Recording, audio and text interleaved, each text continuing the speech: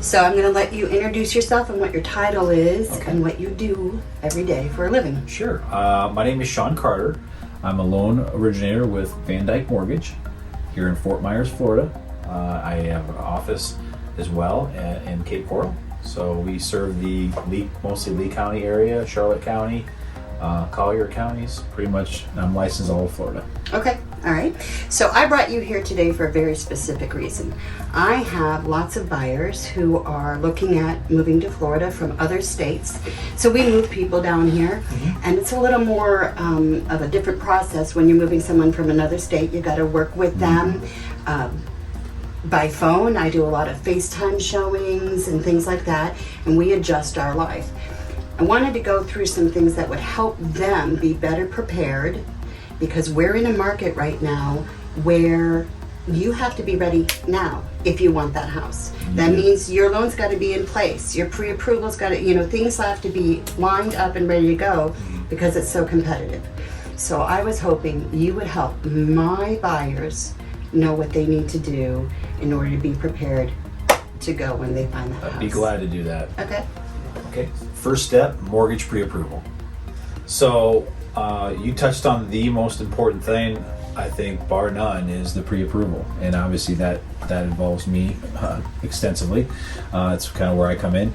I probably get a call maybe every couple days of somebody needing a pre-approval because they want to put an offer on a house that day, that night, in an hour that didn't go through the process and get a pre-approval. And now it's down to the point where we have a market down here that's extremely competitive.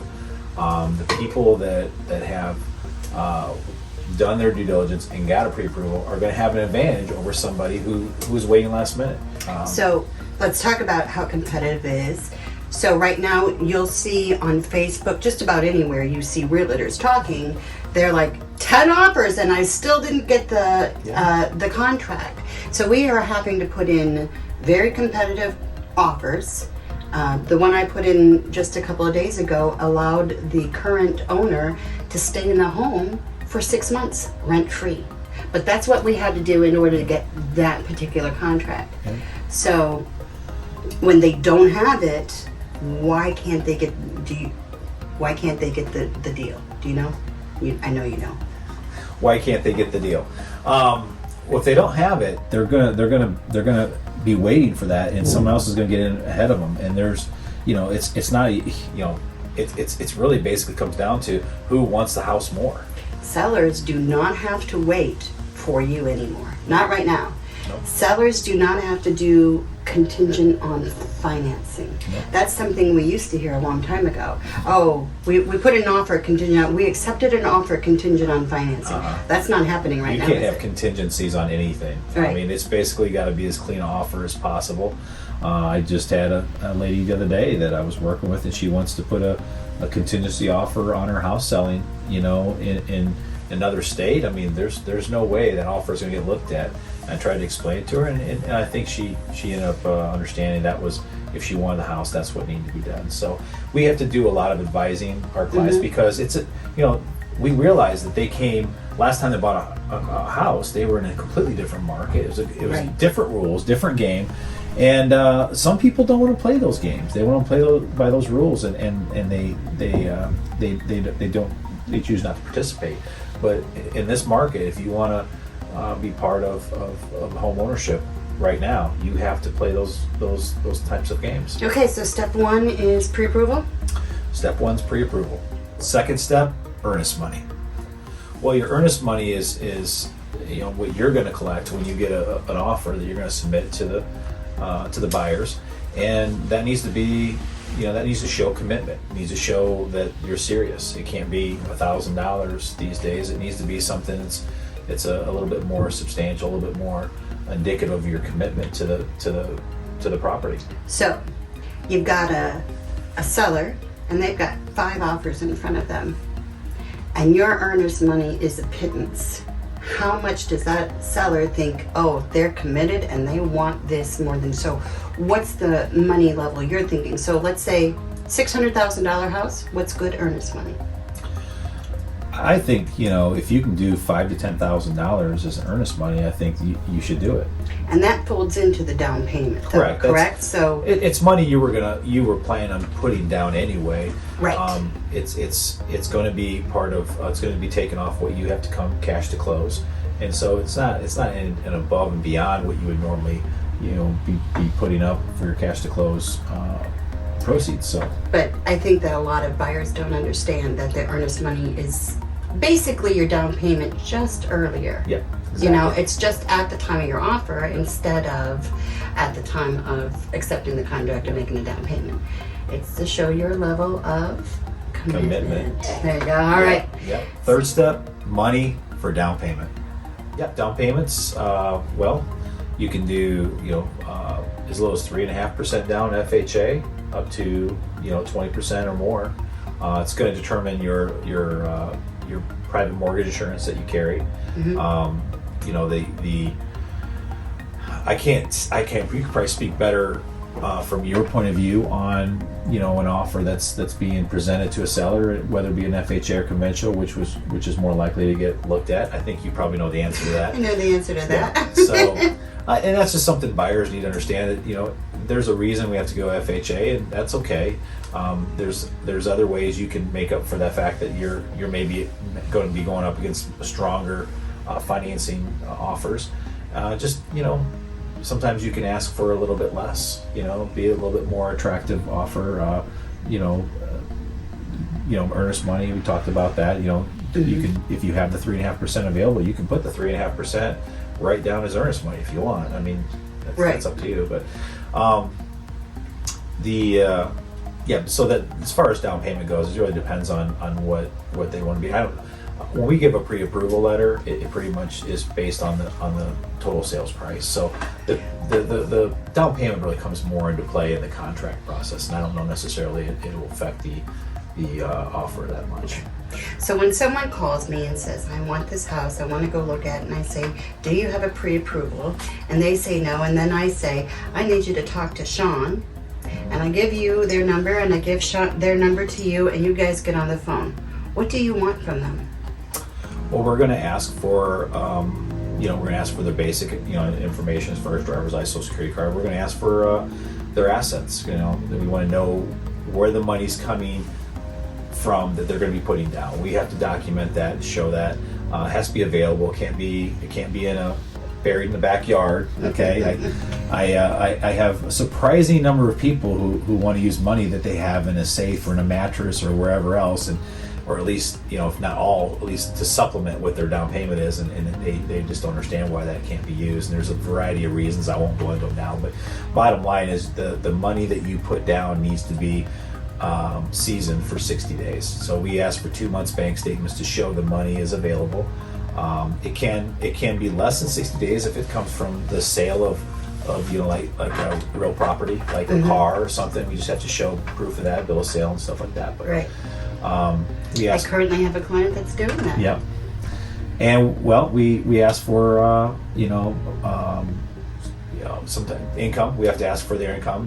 Pay stubs. We ask for W-2s. We may need taxes, depending on their source of income. If it's self-employed income, 2 years. They're actually now asking for profit and loss statements on certain self-employed borrowers to get us up to 30 days to close to show income. So there's a extensive amount of documents they have to provide, and the earlier they get a hold of us prior to the process of looking for a house, or even to the point where they're actually wanting to make an offer on a house, that is crucial, because it is overwhelming sometimes at first, the amount of documents that we ask for, but it's stuff they're going to have to come up with anyway. We want to make sure that there's no surprises, that they're able to get to the closing table very, very quickly.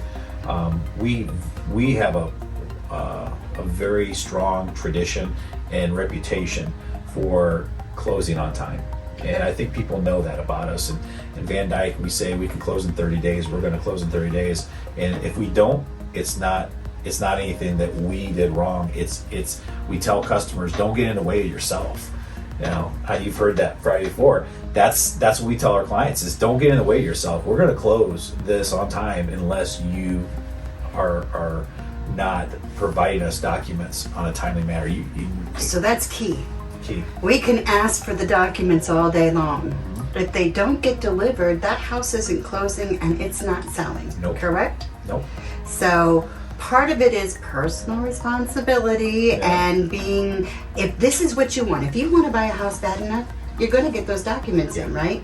If you really don't want that house that much, you're going to be lazy and it's going to slip by. Yeah. So it's kind of that. Okay, so after you get your loan documents, what's the next thing that lender or buyers need to know about? Fourth step, money for closing costs. People I talk to all the time during the pre-approval process, or just if they're asking me questions about a mortgage, is they forget there's closing costs. They factor, I got the 5% down, or I got the 3.5% down. They always forget that there's closing costs on top of that. And if they do know about them, I don't think they realize the how much closing costs are. And on a $200,000 house, I mean, closing costs could be $8,000 to $12,000, and you're like, wow, why is it so much? And there's a thing in the state of Florida called doc stamps. There's city and state doc stamps, and basically that's why we get to not have income tax in the state. They make up that money with those real estate transaction fees, taxes that they call doc stamps, they call them, but they're basically real estate taxes is what they are. So that's a good chunk of them. We have to establish escrows for you. Those escrows are going to be put in you're going to make a mortgage payment rather than paying out your property taxes and your homeowner's insurance. The mortgage company is going to do that for you on your behalf, but in order to do that, they have to build up that account, and that's part of your closing cost, to get enough in that account so those bills can be paid when they come due. There's obviously some fees. There's loan processing fees. There's the closing costs. There's title fees. There's recording fees. I mean, it's just really, it comes down to a matter of everything just kind of adds up. And well, when you buy a house, there are a lot of people who work on that transaction. I mean, it's not just your real estate agent. It's a real estate agent, a loan originator, a title company. Let's go down the list of different people who work on that transaction from start to finish. So you've talked to a real estate agent and you've talked to a loan person, but there are other people who are doing work, and that work has to get paid for, and it comes out. There's an army of people working. When you're that one mortgage file, that one mortgage loan, that one mortgage transaction, there's an army of people that are working to make sure that you close on time, to make sure that you're protected, that the title is clean, all these different things that make it so that all you need to do is just send some documents to your lender and give us some money, and everything, you're protected and you're safe and you get to move in your new home. It's just this whole army of people. Fifth step, very important, get an inspector to inspect your home. I highly recommend all of my borrowers get an inspection. And I know, whether or not that inspection is or your offer is contingent on the inspection, that's something for you and your agent to decide. I know that there's a lot of people that are doing very, very clean offers without inspections. It doesn't mean you don't have to get an inspection. It just means that the results of those inspections will not jeopardize the deal that you have with them. Okay, so let's explain this. It used to be the roof is bad on the house, and the buyer would say, I'm not buying it because the roof is bad. Now there are so many buyers and so few houses that the seller's saying, hey, the roof's bad, you're going to have to replace that. And there are enough buyers needing that house that the buyer's okay, I guess I'm going to have to replace it. If you don't want to pay for the roof, the next guy will. The next guy will. And unfortunately, that's the truth. Yeah, so that's where we're at with inspections. There are big things that you need inspected, though. Yeah. I mean, mold. Yeah. Things like that. Those are things that even the cost of a roof is one thing. Mold is another thing. It is. Seawalls. Things like that. And buyers, I tell borrowers, I say, you need to decide what level of risk that you're willing to take on, because by not getting an inspection, you are putting yourself in financial jeopardy in many cases because of mold remediation. Roofs in the state of Florida, I mean, brand new asphalt shingle has a 15-year life. It's half what it is up north. Because of our brutal sun and the wind and everything else that we have down here. And there could be plumbing issues. There's a lot of plumbing issues because of some of the houses down here. They they've been around for a while and they have the wrong kind of pipes, and so there's things like that. You got to really protect yourself. Don't my advice always been, don't if you're not willing to accept the risk of paying out of pocket for a completely new roof or complete, all these things out of your pocket, you don't have those resources to be able to afford that, get an inspection and make your offer contingent on the results of that inspection. Oh, awesome. Okay. Well, once we get the documents and once we've got a contract and once we've decided that we're going to do a loan, they need to completely go in complete financial and credit lockdown. Yeah, so you're done with them once you give them the loan. The rest of the title, all the closing stuff is pretty much there, but you're through the whole process. Yeah. Let's talk about the don'ts. Now we found a house. We love this house. We want it so bad. We put an offer in it. We did our pre-approval. We got our loan, and we're daydreaming about this house. And I'm on Wayfair, and I see the perfect furniture room set It'll for look my perfect. brand new Yeah. house. It's going to be so. You can great. visualize it sitting in that living room. Yes, I can. Uh-huh. And it only costs $3,000. It's perfect. Entertainment, the whole bit. It's perfect for my new house. You're going to have to buy it later. We tell people you can use your credit cards, like you normally have on a reasonable basis for your everyday things, but don't make any big purchases. Don't open any new accounts. Don't buy any cars. If your lease is up, you better make sure it's a very, very similar payment on the next one, if you can. I'm not saying it's going to kill the deal. We ask people not to if they can avoid it. Because it does what? It throws up roadblocks. It throws up roadblocks. It throws up delays. It throws up delays. They have to, and it can kill the deal. It Yeah. absolutely can kill the deal.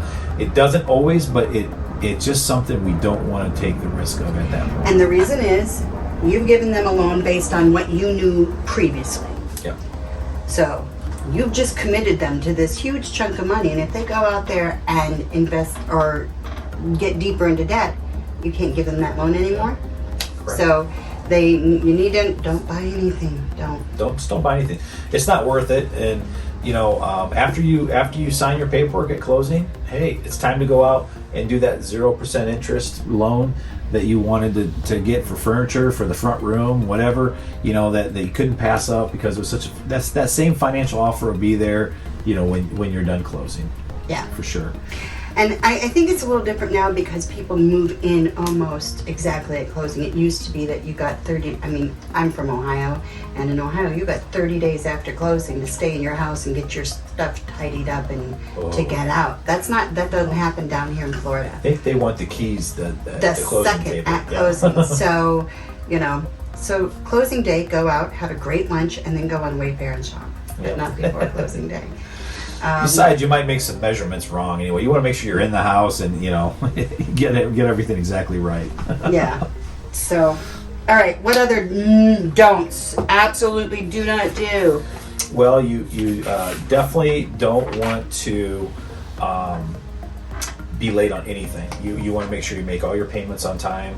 On your current, your current. You definitely don't want any collections to pop up. You don't want to get any late payments on a credit card. You want to be very diligent to make sure that you don't have anything like that happen. Okay. So basically, don't mess up because you're making the biggest purchase of your life, and treat it as if it's the biggest purchase of your life, not just something you're going to do tomorrow. Basically. Exactly. Yeah. All right. So let's talk about different lenders and why people choose lenders. And one of the things I want to talk about is local lenders as opposed to large big box bank lenders that have. So my guy's in Toledo, Ohio. He has a lender in Toledo, Ohio who knows him, who's worked with him forever. He trusts this guy. I don't want him to use this guy for a reason. How do I tell him why a local lender is better? There's a variety of reasons why a local lender is going to be far superior to your relationship banker that you have back home, especially if you're from up north or another state. They just don't have any knowledge of the real estate laws down here. They don't have any They don't have any knowledge of some of the regulations, some of the HOAs, how they work, and different various things. They don't understand how, for instance, how seawalls, work. How you can have an appraisal come and the house could be deemed unsafe because the seawall was in disrepair, and that throws the whole deal out of whack. And we have to, switch gears and do some different things. And then me as a real estate agent, now I have to go and call a lender who's in another state who doesn't understand seawalls or anything and try to get them through the process. Here's the other reason I like local lenders. I'm sitting next to you right now. Yeah. I have business with you. I have clients with you. Yeah. If I need you to fix something or help me on something, I pick up a phone. I do not get a 1-800 number. I do not get pick 1, 2, 3, 4, 5. Oh, on number 7, I finally got the thing I needed to get. Yeah. I get a human being who knows the case, knows me, knows I don't mess around, or if I'm in a bad mood, okay, if she's in a bad mood, I need to move this quickly. Not that I ever do that to anybody, but point being, you know the other person. Yeah. I just recently had someone I knew was too busy to do what I needed them to do. I just knew it. Yeah. Doesn't make them not the lender I want next time or the time after that, but at this particular time, I know what I need. Yeah. So for me, that's what local lenders offer me. Yeah, and when you need a lender, your relationship banker, unless you have a very good relationship with them, they're not going to pick up the phone at 7:30 at night. They're probably not going to talk to you on a Saturday or a Sunday. You're going to have to wait till Monday. And if you have a relationship with a local lender, as a realtor and a person here looking at a house who deals with a local lender or local real estate agent, they have local connections with local lenders that allows them to get things they need at an earlier time than they could get them through their lender up in Michigan or Ohio. Right. And time is everything right now. Time is money. I mean, if there ever has been a house comparison. Yep. There's so few houses on the market. If you miss one, it's a good chance that exact kind of setup is not coming around again for a while. And I mean, used to be if you missed a house, there'll be another one. Yeah. Right now, I think this morning there were less than 300 new houses on the market in Cape Coral. And I have a relationship with the local agents, and they have a relationship with me. And there's an accountability there that isn't there with Quicken Loans, or I shouldn't mention any names, but your big Walmart, Wells Fargo's. Yeah, they're not even their majority of their business is their revenue isn't even derived from mortgages. That's a very, very small part of what they do. They're more interested in giving out car loans because they're easier and they make more money, and savings accounts and whatever. They do everything. We do mortgage. That's all we do. And that's what we live by. So my relationship with you is there's an accountability factor that I am accountable to make sure that I do things. I get back with you within a reasonable amount of time. I get your people to the closing table when I say I'm going to.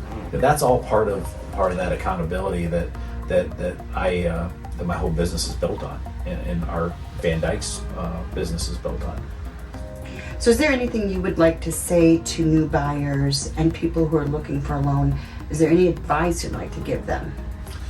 Well, I think, you touched on the big banks and the big finance companies and, your Walmarts of lending. One thing about working with Van Dyke, even though we did over $2.5 billion in mortgages last year, but we have our individual branches where we are localized, and you deal with somebody on a local basis. It feels more hometown. And the thing is, we have the individual attention you get from a mortgage lender like myself is that we're actually going to help you through questions you have. We're going to help you find the right house that fits the budget you're comfortable with. We're gonna help you.